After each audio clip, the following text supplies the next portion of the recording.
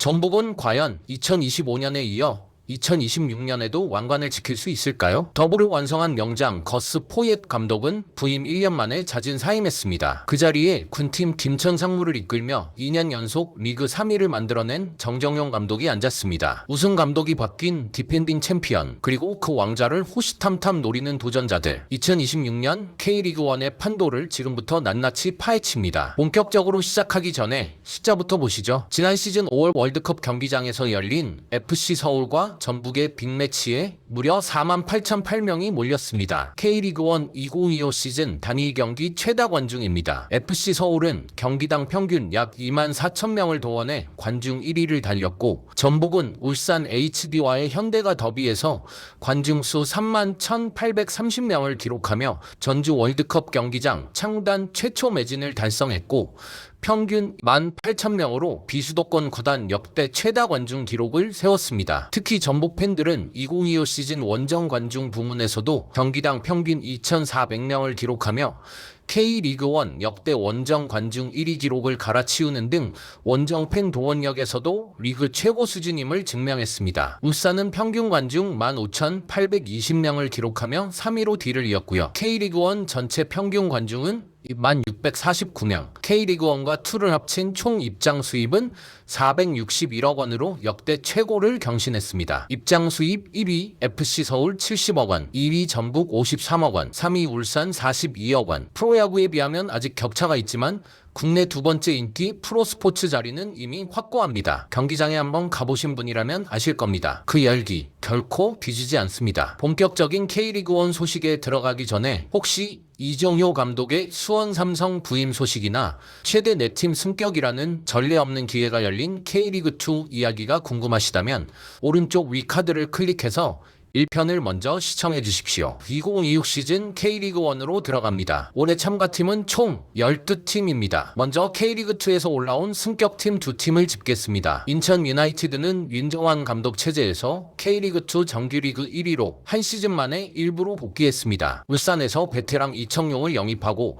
대전에서 여승원을 임대로 데려오는 등 전역 보강에도 적극적입니다. 개막전부터 FC 서울과의 경인 더비가 잡혀있어 분위기가 뜨겁습니다. 부천 FC 1995는 이용민 감독이 6년간 팀을 일군 끝에 승강 플레이오프를 뚫고 창단 최초 K리그1 무대를 밟습니다. 2008년 리그에 첫 발을 내디딘 이후 18년의 기다림이 끝난 겁니다. 이용민 감독은 쓰러지지 않는 맷집으로 잔류에 도전하겠다고 선언했습니다. K리그2 최저 수준의 예산으로 승격을 이뤄낸 만큼 일부에서의 생존 전략이 어떤 모습일지 그 자체로 흥미로운 이야기입니다. 이제 기존 팀들을 살펴보죠. 디펜딩 챔피언 전북 현대부터 보겠습니다. 정정용 신임 감독은 선수단을 대폭 물갈이했습니다. 포항에서 전천후 미드필더 오베르단을 트레이드로, 제주에서 윙어 김승섭을, 안양에서 공격수 모따를 임대로 데려왔고 국가대표 출신 수비수 박지수도 합류시켰습니다. 반면 전진우, 박진섭, 송민규, 홍정호, 권창훈 등 우승 주축 선수들이 팀을 떠났습니다. 지난 21일 20년 만에 부활한 슈퍼컵에서 대전을 2대0으로 꺾으며 정종용 체제의 데뷔전을 우승으로 장식했는데요. 모따와 티아고가 한 골씩 책임졌습니다. 하지만 슈퍼컵과 리그는 다른 법입니다. 38라운드 장기 레이스에서도 정정용의 전술이 통할까요? 가장 강력한 대항마는 대전 하나 시티즌입니다. 황선홍 감독이 유임한 대전은 이번 겨울 지갑을 크게 열었습니다. 울산에서 엄원상과 루빅손을 동시에 영입한 것이 핵심입니다. 엄원상은 울산 3연패 시절의 핵심 공격수이고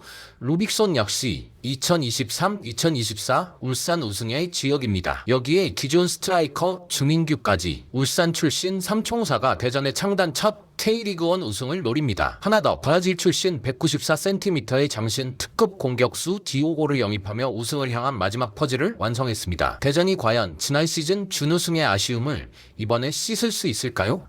FC 서울도 빠질 수 없습니다. 김기동 감독 체제에서 전북 더블의 핵심이었던 송민규를 FA로 영입했습니다. 송민규는 지난 시즌 서울전 4경기에서 모두 골을 넣었던 이른바 서울킬러였는데 이제 그 칼날이 서울의 무기가 됩니다. 제시 린가드가 떠난 이선 공백을 메우기에 충분한 카드입니다. 게다가 송민규를 프로 초년생 시절 포항에서 키워낸 지도자가 바로 김기동 감독입니다. 사제지간의 재회가 어떤 시너지를 낼지 주목됩니다. 울산 HD는 엄원상, 루빅손이라는 양 날개를 모두 잃었습니다. 뼈아픈 유출이죠. 하지만 김현석 신임 감독 아래 국가대표이자 에이스 이동경이 유럽 러브콜을 뿌리치고 잔류를 선택했습니다. 이동경의 잔류 하나만으로도 사실상 울산이 이번 겨울 이적 시장에서 얻은 가장 큰 영입이나 다름없습니다. 이동경은 지난 시즌 13골 12도움으로 K리그1 MVP를 수상한 선수입니다. 그가 울산에서 다시 한번 최고의 시즌을 쓸 수 있을까요? 명문 울산의 반격은 이동경의 발끝에 달려 있습니다. 포항은 박태하 감독이 유임하며 안정을 택했습니다. 핵심 미드필더 오베르단을 전북에 빼앗긴 빈자리가 크지만 기성용을 중심으로 끈끈한 포항만의 축구가 기대됩니다. 창단 첫 AFC 챔피언스 리그 진출에 이어 16강 진출이라는 쾌거를 이룩한 강원은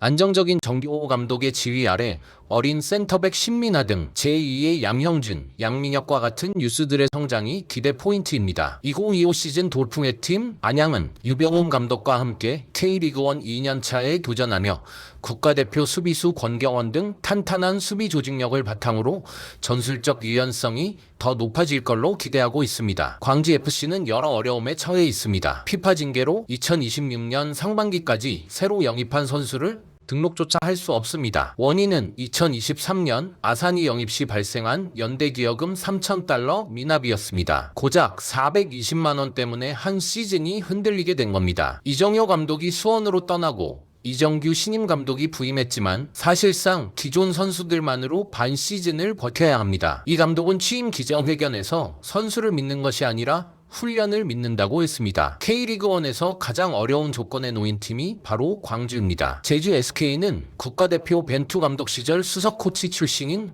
포르투갈의 세르지우 코스타를 감독으로 선임하고 전북에서 온 권창훈과 196cm, 장신 리투아니아 국가대표 스트라이커 기티스 파울라우스카스 등을 영입하며 변화를 시도합니다. 김천 상무는 정정용 감독이 전북으로 떠난 뒤 주승진 신임 감독이 부임했지만 연고 협약 만료로 시즌 종료 후 자동 강등이 확정되어 있습니다. 그렇다면 진짜 강등을 걱정해야 할 팀은 어디일까요? 올해 승강 규정이 특별합니다. 김천이 12위, 꼴찌를 하면 김천만 2부로 내려갑니다. 만약 김천이 12위가 아니라도 김천은 자동 강등되고 12위 팀은 K리그2 승격 플레이오프, 준우승팀과 승강 플레이오프를 통해 강등 여부가 결정됩니다. 승격팀 부천, 그리고 영입 금지의 광주가 하위권 경쟁에 휘말릴 가능성이 높습니다. 올해는 2027 시즌 K리그1이 14팀으로 확대되기 전 마지막 12팀 체제입니다. 이 좁은 판에서 벌어지는 생존 싸움, 한 경기도 긴장을 놓을 수 없습니다. 정리하겠습니다. 2026 시즌 K리그1 관전 포인트. 첫째, 우승 감독이 바뀐 전북의 2연패 도전, 엄원상과 루빅손을 품은 대전의 첫 우승 도전, 송민규를 영입한 서울의 반격이 만들어내는 3파전 우승 경쟁, 먼저 팀 색깔을 완성하느냐의 싸움. 셋째, 승격팀 부천의 일부 생존 드라마, 그리고 광주의 핸디캡 극복이라는 숨은 이야기까지. 유럽의 축구 열기에 결코 뒤지지 않는 K리그 경기장을 직접 찾아가 보십시오. 선수들의 숨소리가 들리는 거리에서 수만 명과 함께 터져나오는 골 세레머니의 함성, 그 열정과 감동을 직접 느끼시면 반드시 K리그의 팬이 되실 겁니다. 2월 28일 토요일, 인천과 서울의 경인 더비로 K리그1이 개막합니다. 같은 시간 전주에서는 전북과 부천이 격돌합니다. 디펜딩 챔피언 대 창단 첫 1부 승격팀,